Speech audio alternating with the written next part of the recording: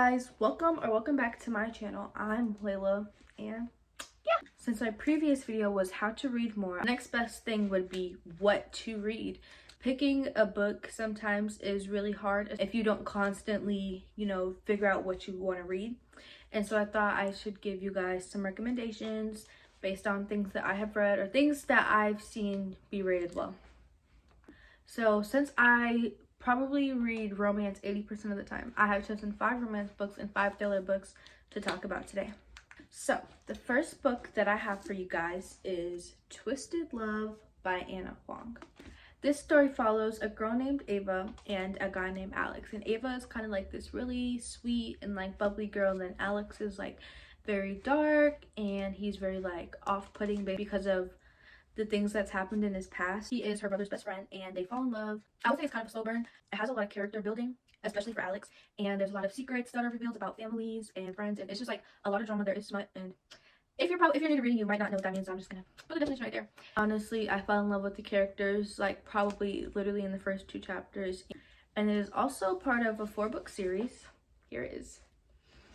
And the other books have different main characters, but Alex and Ava are still side characters in every book, and like each book focuses on a different girl in the friend group and their partner. My second romance book is Addicted to You by Krista and Becca Ritchie, and it's a 10-book series, and these are actually part of the series as well. I do not have all 10 books yet, but I instantly fell in love with the characters. They start off fake dating because they are hiding their addictions. They both have different addictions. I'm not going to say what they are, but they both have different addictions and they're hiding it from their families. Their families are like very rich. In order to like mask their issues, they date each other, and they date each other for a really long time, and they actually end up falling in love. But I like that the story doesn't really focus necessarily on their love, and more so on how they deal with their addictions and how like their families play a part in their lives.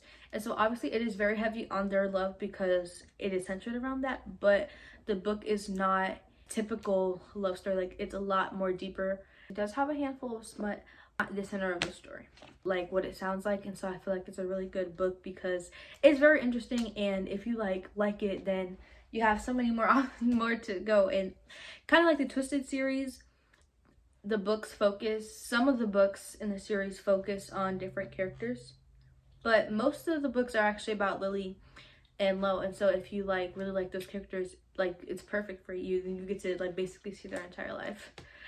The third romance book I have is Love in Other Words by Christina Lauren. Christina Lauren is a beautiful author. This book is so good. It was Macy and Elliot. They were childhood best friends.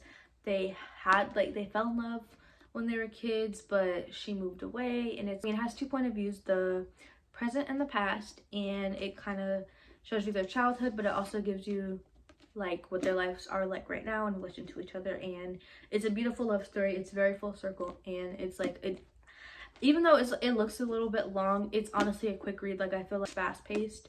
The author is a beautiful writer. Like, there's so many great things about her books. This is the only book by her that I've read, but there are many of her books that are on my TBR, and so I think this is a great first pick. The story is so rich, it's so captivating, and it has no smut at all. So if that's, if you're not really looking for that, then this is a book for you. Next book I have is The Summer I Turned Pretty by Jenny Han. This book also has no smut, and it's a very cute love story. It's a love triangle, and it's a TV show on Prime Video, but honestly the books are so good. I literally read them when I was in 6th grade. I think I mentioned that already in a previous video, but the story follows Isabel Conklin, or she's more widely known as Belly, and she is in love with her mom's best friend's son, whose name is Conrad, and Conrad's brother Jeremiah is in love with Belly. And so it starts as a love triangle.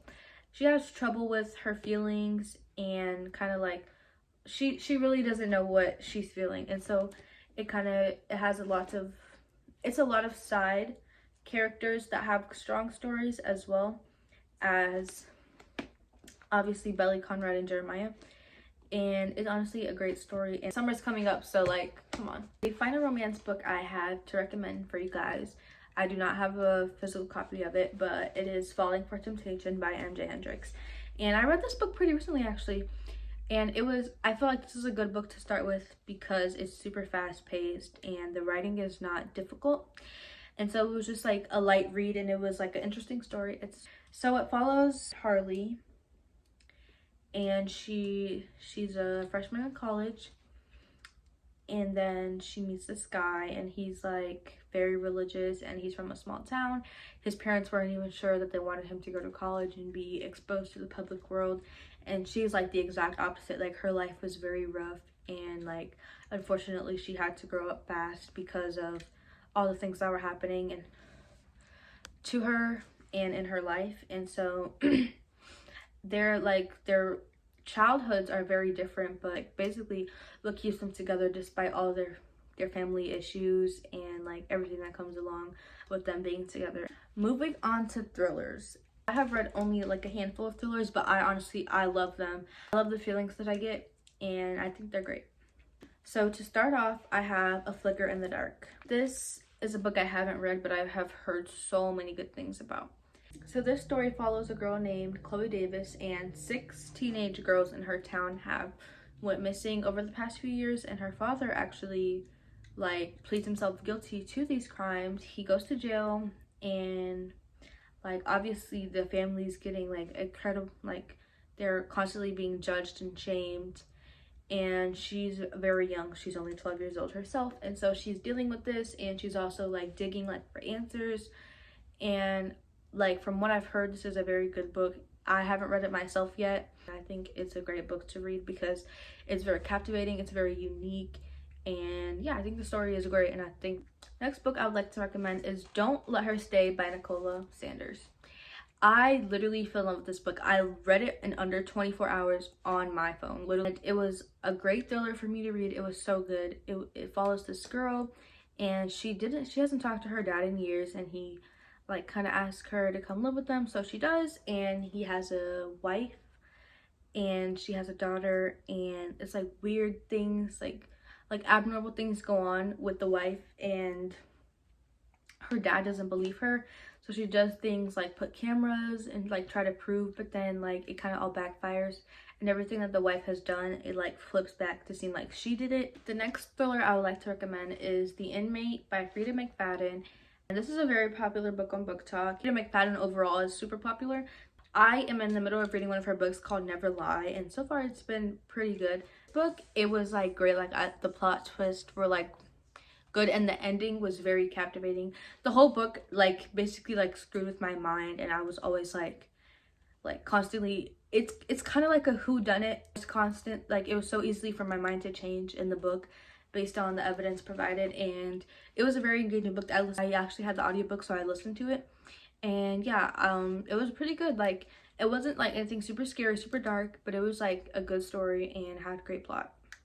All right, the second last thriller I have is Haunting Adeline by H.D. Carlton. And this book, oh my god, it takes you on a mental ride. There's also a second book, which I have in the back. It's called Hunting Adeline. And both books like really like took a toll on me. Like, they're very well written. The story is great, and at first I didn't expect the story to go the way that it did, but it was honestly a great read. And the storyline is amazing. There's a lot of sad moments in the book. There's even moments that I cried, like literally stressed out reading this book, but it was so good. And I can't read it again anytime soon mentally, but I definitely will read it again. Like, it was a great book. And first starting out, you're gonna have to be like kind of like mentally strong to read this book. I wouldn't recommend this to someone who's not like in a good mental state, because like I said, it's very dark, but it is a great story. It's very well told.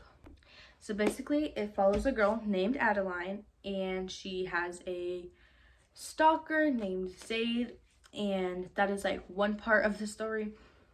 And so she moved into her grandmother's house. Her grandmother has passed away, and she finds like a diary of her grandmother's, in which her grandmother had a stalker, and she believes that the stalker killed her grandmother. So that's like another part of the story. And then the last part that I would say is Zaid's POV, and it kind of talks about his life, like what he does, and like that becomes a very important part, especially in the second book. And like this, like I honestly, the only reason I recommend these books is because it literally felt like I was watching a movie. Like I still picture the scenes in my head because of the way that it was told. And so I feel like since it was so well written, like lots of people can read this for the first time and instantly fall in love, as long as you look at the trigger warnings first. Last but definitely not least, we have my favorite book of all time. I read this book 2 years ago and nothing that I have read since has topped it. I literally, like, the author is, you know, questionable, but I love this book. This is the best thriller I've ever read. It is so captivating. It is so well written. Again, I would look up the trigger warnings for it, but it is amazing. And this is Verity by Colleen Hoover. This book follows a girl named Lowen, and she is an author. Verity, which title of the book, is also an author, but she is in a condition where she is not able to finish her series that she's in the middle of writing. She's also a very popular author. And so Verity's husband hires Lowen to finish the book, so she moves into their house to kind of like collect all of her notes and like kind of figure out where she was so she can write the story.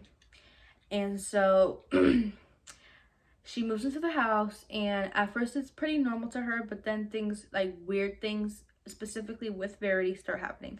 So to paint the picture a little bit more, Verity lives in the house and she stays in a room by herself, and she is said to be like, her brain, I don't know exactly what the term is, but her brain is said to be like not working properly, so she can't walk, she can't talk, like she's very unaware.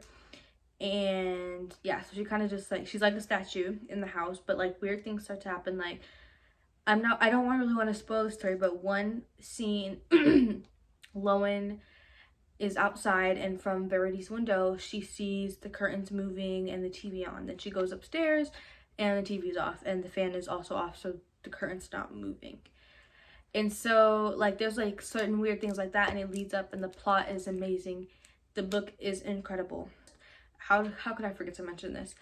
The first crazy thing about this is that she finds an autobiography written by Verity about her life, and she writes some crazy things in there. Like it is like, I'm not gonna spoil anything, but like it's like you literally gotta like close the book for a second, because I don't know, like I honestly, I really wish I could read that book for the first time again, because it was just like amazing. No book has ever made me feel the way that that book made me feel, and that's the best book I've ever read, hands down.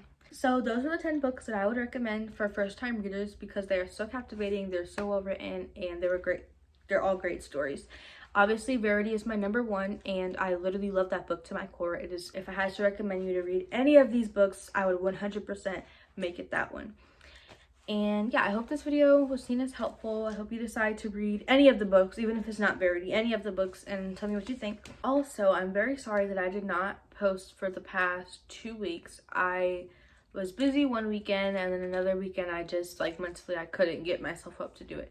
And so I'm very happy that I was able to create this video and post for you, and I promise I will post the video next Sunday. So I hope you guys enjoyed this video again, and make sure you come back and subscribe. Don't forget to like and subscribe, guys. I love you.